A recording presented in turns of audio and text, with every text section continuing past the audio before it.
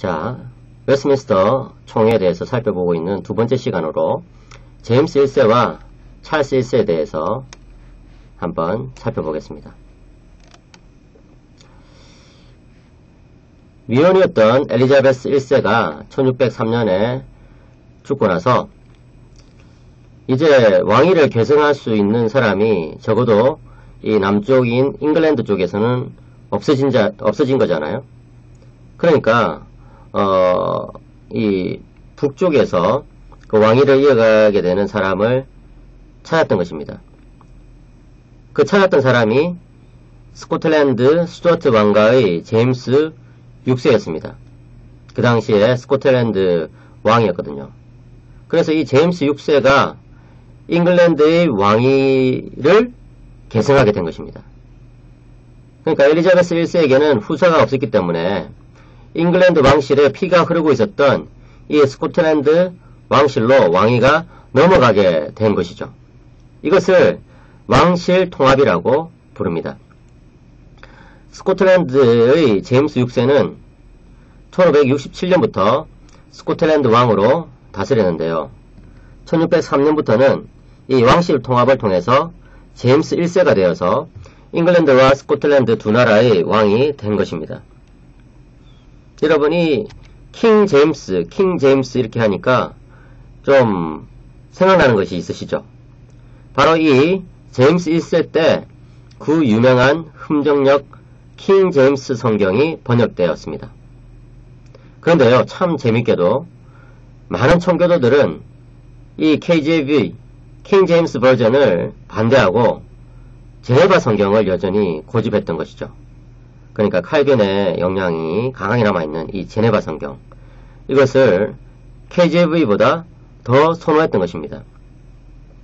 그런데 여기서 제가 한 가지 말씀드리고 싶은 것은, 이런 역사를 고려해보자면 오늘날 말씀 보존학회에서 오직 킹 제임스 성경만이 가장 좋은 번역 성경이라고 주장하는 그런 것은 참 좀 어처구니가 없는 일이다, 이렇게 말하지 않을 수가 없습니다. 그렇잖아요, 여러분. 왜냐하면은 킹 제임스 버전이 처음 나왔을 때는 이 개혁주의자들, 청교도들은 그것을 오히려 거부했다는 것이죠. 그런데 많은 역사가 지나고 난 다음에 오히려 지금 킹 제임스 버전을 마치 하나님의 영감받은 유일한 말씀인 양 그렇게 막 소개하고 있는 그런 말씀 보존학회라든지 또는 그런 사상에 영향을 받은 사람들은 이런 역사들에 대해서 조금 생각해 볼 수가 있어야 될 것입니다. 말이 나온 김에 제가 조금 그 영어 번역 성경에 대해서 설명을 하자면, 저는 뭐 킹 제임스 버전이 그렇게 나쁜 성경은 아니라고 생각합니다. 원문에 가깝게 직역을 했죠. 그런데 문제는 킹 제임스 버전 이후에 또 더 많은 성경 연구가 이루어지고, 그 이전에 잘 알지 못했던 그 어휘에 대한 연구라든지 또는 문법에 대한 연구라든지, 그리고 또 새로운 사본의 발견이라든지 이런 것들이 있기 때문에 보다 더 나은 번역들도 나와 있다고 저는 생각합니다. 그 중에 대표적인 것이 저는 ESV라고 생각하거든요. English Standard Version이죠. ESV. 그 ESV가 상당히 좋은 번역입니다. 그래서 여러분들 가운데 영어 성경을 읽고 싶은 분들이 있다면 저는 ESV를 추천합니다. 물론 KJV를 보시는 것도 괜찮지만 그것을 마치 영감받은 유일한 하나님의 말씀인 양 그렇게 떠받드는 것은 문제가 있는 것이죠. 이런 것에 대해서는 제가 다음에 성경론에 대해서 다룰 때에 청교도들은 번역 성경에 대해서 어떻게 생각했는지를 설명하면서 좀 더 설명하겠습니다.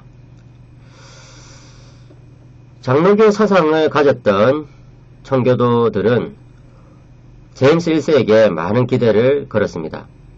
그래서 잉글랜드 교회가 이제 감독제를 지향하고, 쉽게 말해서 이 교회 정치에 있어서 로마 가톨릭적인 그런 요소를 버리고 보다 개혁주의적으로 변화되기를 요구했던 것이죠. 하지만 이 제임스 1세는요, 장로교 제도는 왕권 신장에 방해가 될 것이라고 생각했습니다.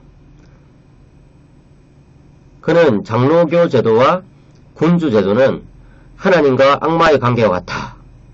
무엇이 하나님이고 무엇이 악마인지는 모르겠지만 어쨌든 그렇게 극렬하게 서로 대립된다 이렇게 주장을 했던 것이죠. 그래서 이렇게 제임스 1세가 장로교 신자들을 박해하고 또 미워하고 이렇게 하니까 일부 청교도들은 네덜란드로 피신해 갔습니다. 여러분들이 이 교회사를 읽다 보면은 네덜란드의 개혁주의 신학이 상당히 발전했고 또 지금도 여전히 그 개혁주의의 전통이 강하게 남아있는 것을 알게 될 텐데요. 물론 그렇게 네덜란드의 개혁주의 전통이 발전하게 된 것은 칼빈의 영향이 가장 큽니다. 그리고 칼빈에게서 배웠던 그 칼빈의 제자들의 영향이 가장 큽니다. 그런데 또 한 가지 무시할 수 없는 것은 이 청교도들의 영향이란 것이죠. 그래서 이 시대에 네덜란드로 피신해 갔던 청교도들이 거기서 목회를 하고 조수를 하고 그 다음에 또 사람들 가르치고 이렇게 하면서 상당히 이 개혁주의적인 영향을 많이 준 것을 우리는 볼 수가 있습니다. 그리고 또 1620년에는 더 멀리 저기 아메리카 대륙까지 가게 되죠. 이들이 바로 매사추세츠주의 플리머스를 식민지 해가지고 정착하게 됐던 이 뉴잉글랜드 청교도들입니다. 그들이 미국을 건국한 초기 정착민이었던 것이죠. 지금도 재밌게 이 플리머스 여기 가면은 그때의 모습을 재현하고 있는 것을 볼 수가 있어요. 예, 저도 가봤는데 그 배를 하나 만들어 놓고요. 그 안에 이 16세기 또는 17세기에 옷을 입은 사람들이 막 돌아다니면서 설명을 해줍니다. 그 설명을 할 때 아메리칸 액센트가 아니고 이 브리티시 액센트를 넣어가지고 마치 자기가 방금 이 잉글랜드에서부터 지금 플리머스에 도착한 것처럼 그렇게 막 이제 설명을 하거든요. 저는 뭐 다 알지만 그 모든 것들이 다 이제 가상적인 것을 알지만 그 사람들하고 막 이제 대화를 주고받으면서 야, 너 정말 제임스 1세의 박해를 피해가지고 여기까지 오다니 참 대단하다 뭐 이러면서 칭찬해줬더니 막 이제 너무 고맙다면서 아주 답례를 해주었습니다. 그리고 또 플리머스 그 지역에 가면은 오늘 우리나라의 어떤 민속촌 같은 그런 마을이 있습니다. 그래가지고 거기서 옛날에 뉴잉글랜드 초기 정착민들은 어떻게 살았다 이런 것들을 보여주는 것이죠. 물론 뉴잉글랜드의 역사에는 아주 잔인한 그 인디언들을 살해한 그런 역사들을 우리는 함께 기억해야 될 것입니다. 아무튼 그런 내용들을 오늘 뭐 이 시간에 자세히 이야기할 수는 없고요. 제임스 1세의 그런 박해를 피해서 미국에 건너간 사람들이 이 미국의 초기 정착인들이 되었다는 것을 여러분들을 기억하시기 바랍니다. 제임스 1세가 죽고 나서 그 둘째 아들이었던 찰스 1세는 아버지보다 더욱더 강하게 군주제를 고집했습니다. 그는 주교가 없으면 국왕도 없다는 아버지의 말을 아주 강조했습니다. 이 no bishop, no king. 이 주교가 없으면 국왕도 없다. 이 말이 이 제임스 1세가 남긴 유명한 말이거든요. 그런데 이 말을 언제 했냐면은 제임스 1세가 해프턴 총회에서 처음 한 것으로 많은 학자들은 추정합니다. 그래서 조엘 비키, 그다음에 랜덜 패더슨 이런 사람들이 쓴 Meet the Puritans라고 청교도를 만나다라는 책에서 그렇게 나오죠. 영어로는 5페이지에 그렇게 나오는데요. 어쨌든 이 찰스 1세는 아버지의 말을 더욱 강력하게 되풀이했던 것을 우리는 볼 수가 있습니다. 쉽게 말해서 로마 교회식의 주교 제도가 있어야지만 국왕 제도도 역시 제대로 작동할 수 있다라고 주장한 것입니다. 아무래도 이 장로교 정치 제도하고는 좀 안 맞다 이렇게 생각한 것이죠. 장로교 정치 제도는 기본적으로 오늘날로 치자면 민주주의에 가까운 그런 뭐 투표라든지 또 대의 정치적인 형태 이런 것들이 포함되어 있잖아요. 특별히 여기 그림에 보시다시피 윌리엄 로드라는 사람이 이 시대에 아주 중요한 역할을 했습니다. 이 사람은 정말 악명 높은 사람이었어요. 당시에 찰스 1세 당시에 캔터베리의 대주교였던 사람인데요. 윌리엄 로드는 왕의 정책을 적극적으로 지지했어요. 그래서 그는 잉글랜드 국민들이 성공회 교회에 출석하도록 아주 강요했습니다. 그리고 심지어 참석하지 않을 때는 벌금을 내도록 했던 것이죠.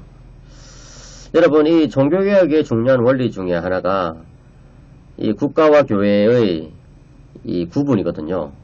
물론 단절은 아니지만 구분이 되어야 된다는 거예요. 그렇기 때문에 이런 종교적인 영역, 영적인 영역을 촉진시킬 때, 또 권장할 때, 또 지도할 때 이 국가의 힘을 빌어가지고, 국가의 강제력을 빌어가지고, 국가의 어떤 제도를 빌어가지고 그것을 시행하는 것은 맞지 않다라고 종교학자들은 그렇게 다 주장을 했거든요. 근데 이 당시에 잉글랜드 교회는, 국교회는 그렇지 않았다는 것이죠. 성공회 교회에 출석하도록 그렇게 강요를 했고, 그렇게 안 하면은 벌금을 내도록 했다는 거예요. 이것은 국가의 힘을, 공권력을 빌어가지고 영적인 생활을 지도하려고 하는 그런 아주 나쁜 그런 태도거든요. 윌리엄 워드는 또한 이 1637년에 스코틀랜드 교회도 잉글랜드 교회의 공동기도서를 사용해야 한다고 주장했습니다. 이 공동기도서라는 건요, 물론 말 그대로 기도를 담고 있는 책인데 사실은 예배 모범이라고 할 수도 있습니다. 그래서 신앙생활에 중요한 그런 예배라든지 또는 신앙생활에 중요한 어떤 내용들을 지도하는 책이 바로 공동기도서거든요. 그런데 그것을 저기 북쪽에 스코틀랜드 교회도, 이 스코틀랜드 교회는 장로교회인데요, 이 스코틀랜드 교회도 그것을 사용해야 된다고 주장했던 거예요. 그래서 스코틀랜드 교회는 당연히 그 입장을, 그런 주장을, 그런 강요를 받아들일 수가 없었죠. 왜냐면은 이미 오래전부터 장로교 전통에 맞는 예배 형식을 사용하고 있었기 때문에 그런 것입니다. 그럼 도대체 이 남쪽 잉글랜드와 다른 북쪽의 이 스코틀랜드는 어떤 교회를 형성했느냐? 그것을 우리는 다음 시간에 살펴보고자 합니다. 다음 시간에는 스코틀랜드 장로교회에 대해서 살펴보겠습니다.